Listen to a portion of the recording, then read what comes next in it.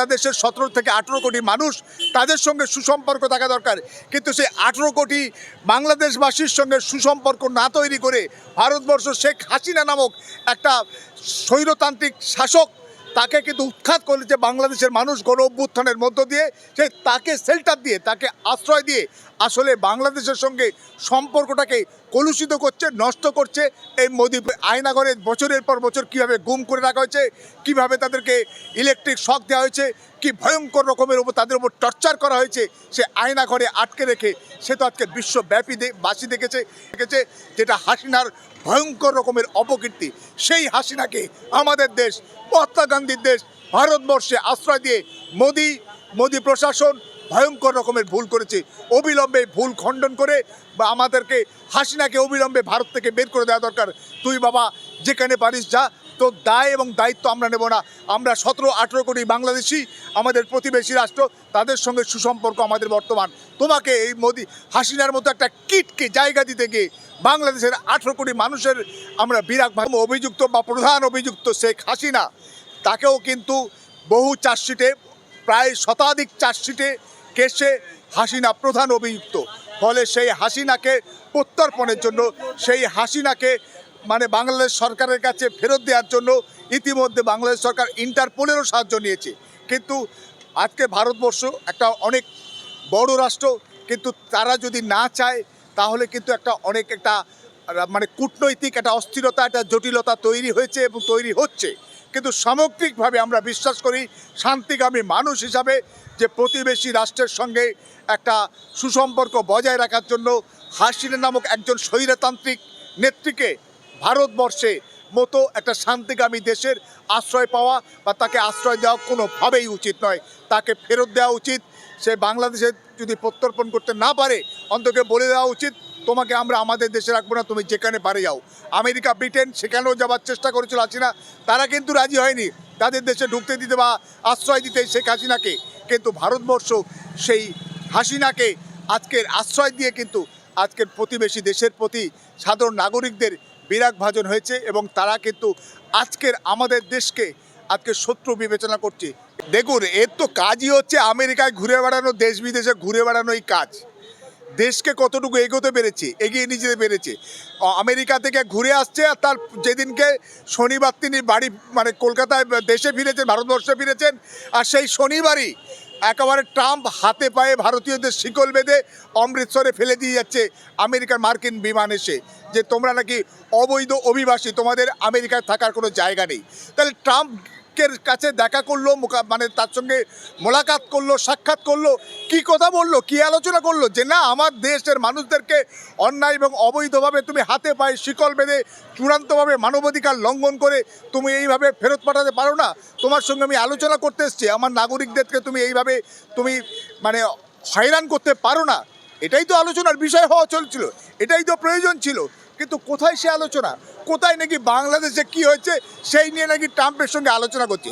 Nonsense! সালা নিজের ঘর পুড়ছে, নিজের দেশের নাগরিকদেরকে হাতে পায়ে শিকল বেঁধে ট্রাম্প প্রশাসন ভারতবর্ষে অমৃতসরে বিমানবন্দরে ফেলে দিয়ে যাচ্ছে, সে নিয়ে আলোচনা নেই। বাংলাদেশে কি হয়েছে না হয়েছে একটা স্বাধীন সার্বভৌম রাষ্ট্র, তাদের আভ্যন্তরীণ ব্যাপার, তারা যথেষ্ট আছে।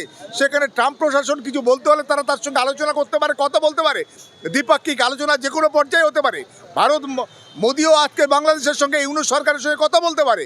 কিন্তু সেখানে আজকের ভারতীয়দের ওপরে একটা অন্যায় এবং অত্যাচার চলছে, অবৈধ অভিবাসী বলে হাতে পায়ে শিকল বেঁধে দেশে ফেরত পাঠাচ্ছে, সে নিয়ে আলোচনা নেই।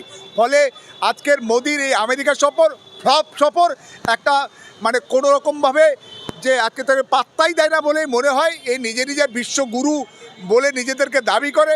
আসলে আমরা দেখেছি কিছু ফ্রান্সের প্রেসিডেন্ট সবার সঙ্গে হ্যান্ডসাপ করছে, মোদি হাত বাড়াতে যাচ্ছে, উঠে দাঁড়াচ্ছে, মোদির দিকে সে ফিরেই তাকাচ্ছে না।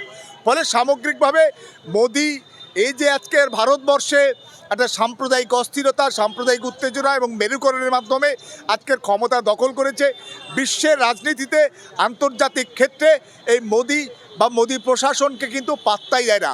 ভারতকে আজকে আমরা জানি জওহরলাল নেহরু, ইন্দিরা গান্ধী যখন ভারতবর্ষের প্রধানমন্ত্রী ছিল, তখন বিশ্বের তাবৎ রাষ্ট্রপ্রধানরা তাদেরকে যেভাবে রেসপেক্ট দিত, যেভাবে সম্মান করত, যেভাবে আতিথেয়তা দিত, সে কিন্তু মোদির ক্ষেত্রে সেইভাবে আমরা দেখছি না। সামগ্রিকভাবে মোদি প্রশাসন, মোদি ভারতবর্ষকে আন্তর্জাতিক ক্ষেত্রে আন্তর্জাতিক পর্যায়ে ভারতেরকে বিভিন্ন রকমভাবে মাথা নিচু করে দিচ্ছে। কারণ তার কার্যকলাপ, তার দলীয় কার্যকলাপ, তার দলীয় সমর্থকরা, তার সংঘ পরিবাররা দেশ জুড়ে মন্দির মসজিদে রাজনীতি করছে, গোরক্ষার নামে সারা দেশ জুড়ে তাণ্ডব চালাচ্ছে। সেই তাদেরই হচ্ছে মাস্টার, তাদেরই হচ্ছে প্রভু, তাদেরই হচ্ছে নেতা হচ্ছে মোদি। এ মোদি যতদিন ক্ষমতায় থাকবে, যতদিন থাকবে মোদি গদিতে, ততদিন কিন্তু আমার দেশ পেছবে। দেশ কিন্তু প্রতি মুহূর্তে আজকের আন্তর্জাতিক ক্ষেত্রে তারা বিভিন্ন রকম অসম্মানের সম্মুখীন হবে। তাই মোদিকে অবিলম্বে ভারতবর্ষের গদি থেকে সরিয়ে দেওয়া প্রতিটি ভারতবাসীর আশু এবং প্রধান কর্তব্য বলে আমি মনে করি।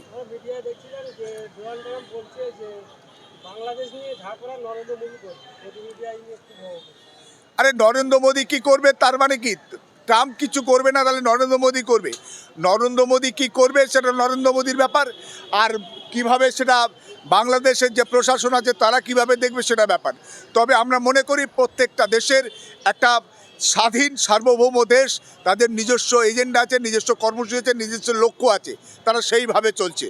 ফলে আমরা মনে করি প্রতিবেশী রাষ্ট্র বাংলাদেশ, তাদের সঙ্গে ভারতবর্ষের সুসম্পর্ক থাকা দরকার, সুসম্পর্ক রাখা দরকার।